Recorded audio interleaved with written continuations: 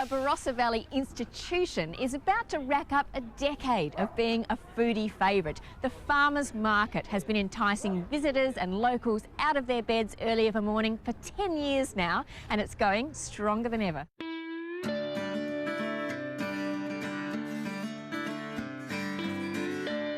Inside the cavernous vintners' sheds on the outskirts of Angaston, the Barossa Farmers Market is a bustling hive on a chilly Saturday morning.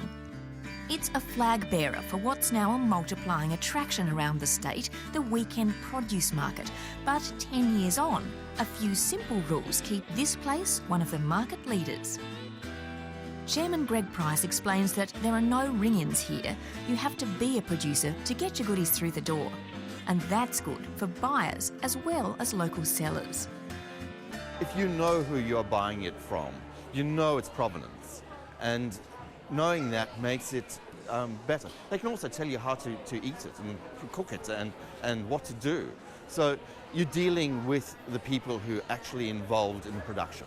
And that's so different to a supermarket. And you certainly wouldn't find a mandolin-playing olivologist at your supermarket. John Williams from Cornucopia Farming is one of the originals here. John, when you first started 10 years ago, what was it like? It was quite small, a different world then. Just a few stalls, but the energy was there, the buzz was there that this is going to be a good thing.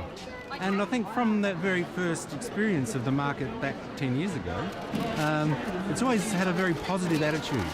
And a lot more people seem to be coming from overseas, they hear about it. So it's really got a good name. And everybody's in holiday mode, you know? Like, you look around, there's smiles on their faces.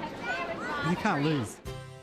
There are no more than 3 stalls selling any one type of food, so there's no overkill and plenty of variety. You'll find some familiar names here that are synonymous with the Barossa's Silesian heritage, but also newcomers like the Carbonis just arrived from Italy with irresistible pastries and nougat. The fact that people come out and do this so constantly is fabulous. It is also a wonderful incubator for small businesses. So people who are starting out and want to get a foot in the door find that by coming to markets like this, they can do so. So for small business reasons, it's brilliant. It's also given some producers of long-standing an alternative to the push for mass production. And the accumulated knowledge they're happy to share is an added bonus. I now know a lot more about carrots thanks to Grattan Loki. A lot of people say just because it's large, they're old and woody, but that's not necessarily the case. You know, you can get a large carrot which would eat just as well as a small one because it's been in the patch just as long as what the others, but it's grown better. Now, there has to be some compensation for getting up on a winter's morning before it's even light, and this is it, breakfast with local bread, bacon, eggs and onions. That's compensation. If there's another common theme running here, aside from deliciousness, it's of family connections to the region, like that of the Kernick family from Jersey Fresh Dairy.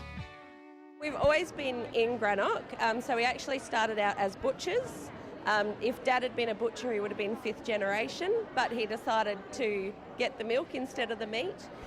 So the dairy farm's been around since just before Mum and Dad were married, which is 30 years ago. The market operates every Saturday morning from 7:30 to 11:30, and favourites like Laurelie's greens tend to sell out fast. But the early start doesn't scare away those from outside the Barossa. In fact, for visitors, it's the perfect place to start a weekend away. Christopher, what's good about this particular market? Well, the nice unique products that you can get, the meats and the breads, the fresh breads for lunch that we'll have today. Something you can buy locally and eat straight away. Jackie, looks like the kids are having a feast. Has it been fun bringing them here as well? They've got these beautiful, delicious buttery biscuits that they're in love with. And then we'll take all of the goodies home and have a nice bottle of wine. We'll pick up on the way. A lovely lunch. Looking forward to it. Music to the ears of any gastronome.